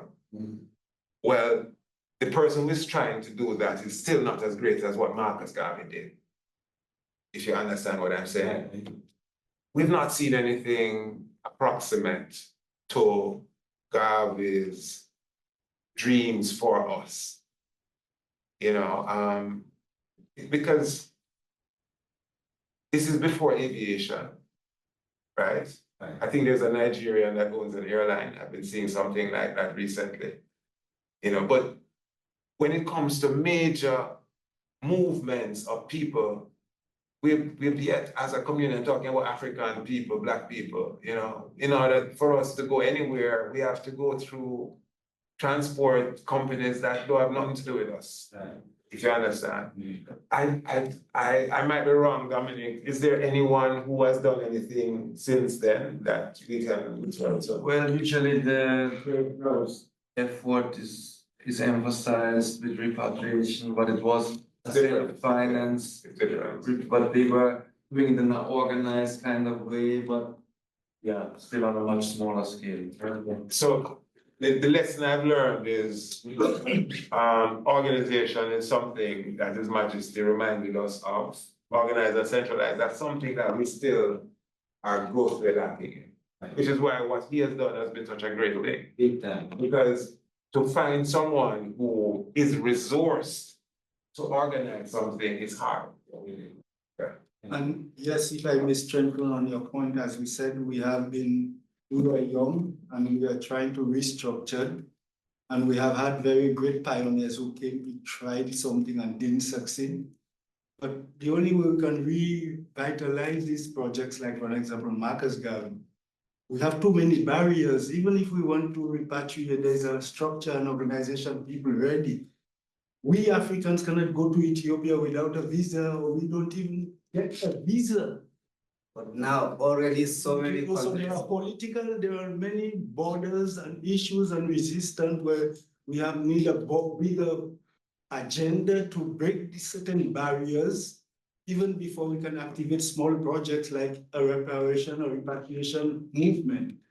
Because when we leave, we will not fly to Ethiopia or walk. We will have to go for immigration. The government is not, you see, things, small issues like that. We cannot go up there and live like most of our brethren who went on repatriation. And it was only 2018 they got an ID from Ethiopia. They lived 30 years in Ethiopia like a refugee.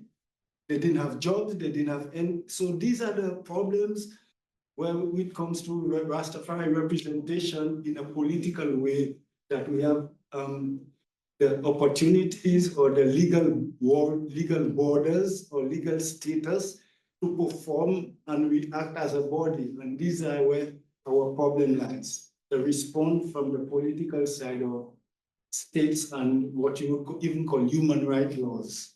I will use a small example.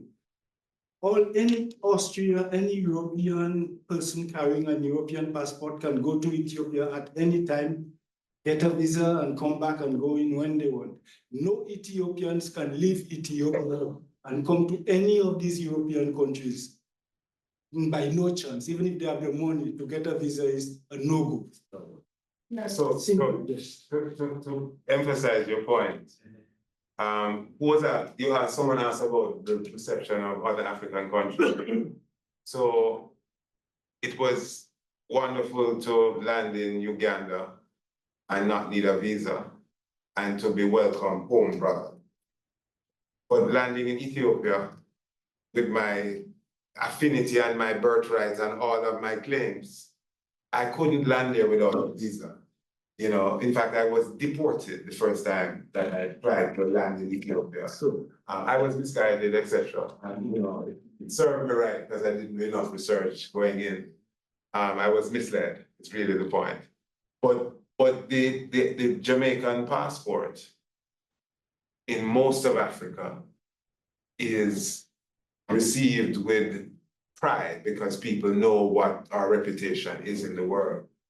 You know, so often Jamaicans returning to Africa are actually well embraced. But I wanted to say that Ethiopia actually over the last 5 or 6 years done quite a few things for this, the settlement of the diaspora that is there. So there are now ID cards that before we were kind of stateless. You know, people who would have been there for a while would have had their passports expired, they can't leave because they're going to be heavily fined if they leave and all of this. There was a particular ambassador who had oversight for the Caribbean, who works very closely with not just Rastafari in Jamaica, but Rastafari in Ethiopia.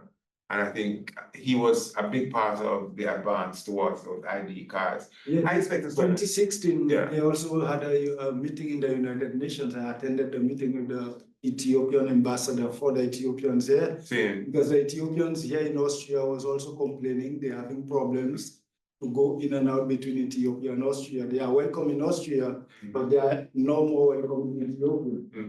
So in 2017, this was in process. I attended, and in 2018, those brethren in Ethiopia start getting their ID. And so one of the other stories is most of them left Ethiopia. Those that got the card. Those got the card. But you see, we are also complicated as well. Yes. Which we also have to So look at. because of the tribulations and hardship and our resistance, we have been tortured. And sometimes when opportunities come, we are too weak anymore to brace it and to grab it.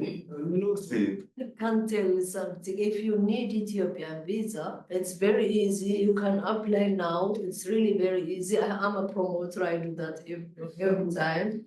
That's true, you know, even the Rastafarians, I don't like to say the Rastafarians, but most of Englander black people are bought the hard drug for the first time in Ethiopia, the diaspora. That's why the visa issue is hard, because, you know, native, many Rastafarians are being killed, or there's many problems in Ethiopia. Even for me, the European, my friends, who are the European are doing more projects in Africa than my brothers, Africans.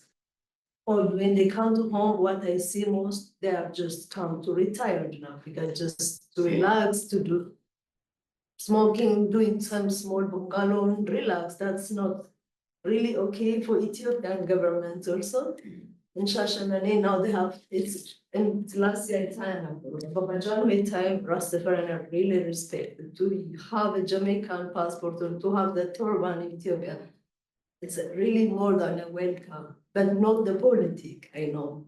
yes, Fire being in an airport, I have this issue, my brother, I know it, but that's just the government, not the Ethiopian people. Also, as a black, even it's also my responsibility. When I go to Ethiopia, I relax myself. I go to a nice hotel. The people who are thinking we got the money now in Europe because I relax in Ethiopia. That's a little bit. We have also the government. It's not only the government. The one who come home needs to work. I work hard in Europe. I have to work hard in Africa and same too. That's it. But even still, if you need any visa, you can. I'm here in Austria. You yes, can. sister, I'm telling you, I need if you give me a visa, I'll go to Ethiopia. In general. Because I'm telling you, I know the problems. I've been going there for 6 times in my life. I have a project You I'm send me doing. where you from. If you send me your just passport and you will get the visa just in one. Now it's digital, thanks God. Yeah, but the same way, yeah, you can apply online, but it's the critical is you want a tourist visa. You require a visa. You require It's really the issue. and it's not a visa, a tourist visa. See, You know, well, That's everywhere else. I think Ghana is the only place, or Gambia. I think we are well. Gambia with Jamaica, I think we have free Gambia visa. is- I don't know about St. Lucia or other Caribbeans, but Jamaica, we have free visa. and why it is difficult on me because I carry a Caribbean passport. If I would have an Austrian passport, I go to Ethiopia without no visa. No. I can tell you Gambia, now as Austrian, you have Austrian need a visa. visa. So if the Austrian visa, you need a visa now. Yeah, you know, It's visa, really there was not- always, we always needed a visa. Somebody now, Africans are changing. Excuse me, but what I'm saying, they can go on airport and get it on airport. That's what I'm saying. No, not now. Not anymore. Elder. Used to be. This process all. All right, but I think this history though is reminding us of some real things though. That you know, when you're facing a country like Ethiopia, like Jamaica, we're interested in investments, we're interested in a certain kind of process that people coming in can bring. And unfortunately, African people are not seen as those people. And that's what your point is, that we need to be more seen as those people who are able to build and invest as well. Yes, because we have people with resources. Yeah. For an example, I don't want to clap my hand for myself, but I'm bringing a project with education and training. I have to pay everything in my own, and just because of carrying a simple Caribbean passport, which Ethiopia should be upholding, which they should welcome me as a Rastafarian, because of all these bureaucracies, the project has been handicapped. We are not able to bring our funds, our knowledge to the country where we want to contribute. This is the little things I'm talking about. I'm not blaming any organization, any individual, but we, even the Rastafarian, has more potential, but because of these political barriers, we cannot perform certain duties.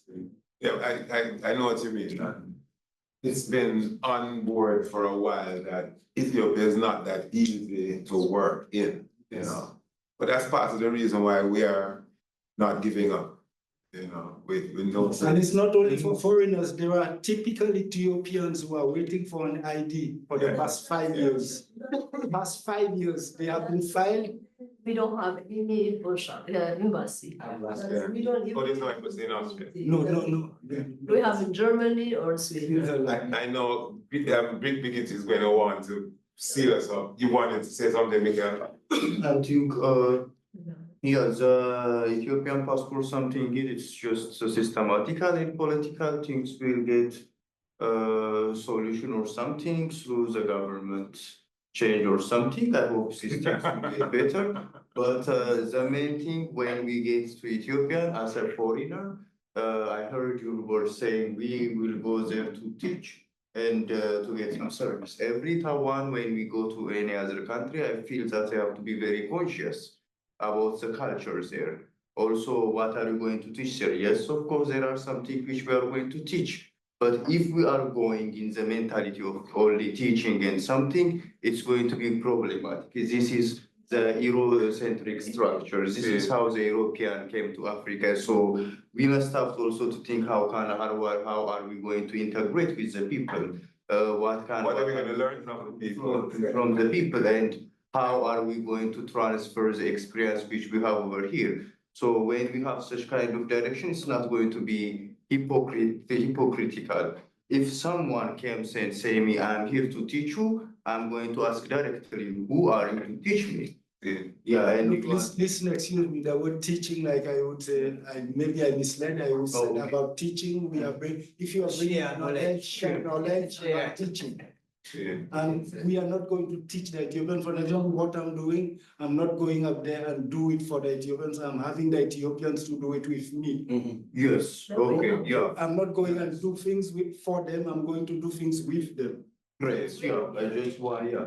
Give it up for that, Miguel. Nice. And I know it's a critique that people hear all the time, that people think they're coming to solve Africans' problems, you know, and them can't solve their problems in the West, so why don't you think they can come on this? For example, this feminism thing is not working. For example, with these gender things, it's not, we can't. So, for example, it's a royal things change here in a different way.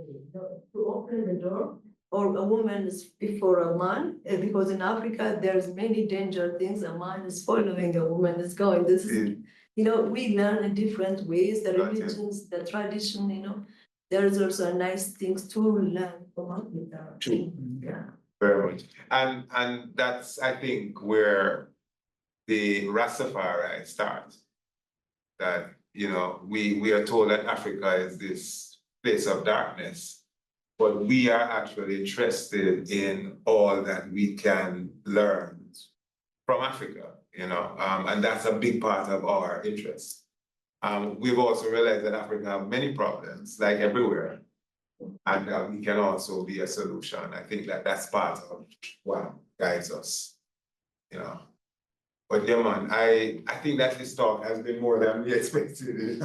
We got political in the room, and perhaps this would have been a time where Prince, as for what it might have been a little more helpful with some of what you raised, his own location might have helped. I think Asawasa is in the same situation like us because he mentioned it also to Germany. It's a no-go for the Ethiopians to even come to Germany. The same problem with the visa, and even he might even have to I don't know what. It might He need a might visa. even need a visa to go to Ethiopia. I'm not too sure, for example, because, yes. And that's changing a lot, you know, because even the African governments nowadays, they are aware of that. They are.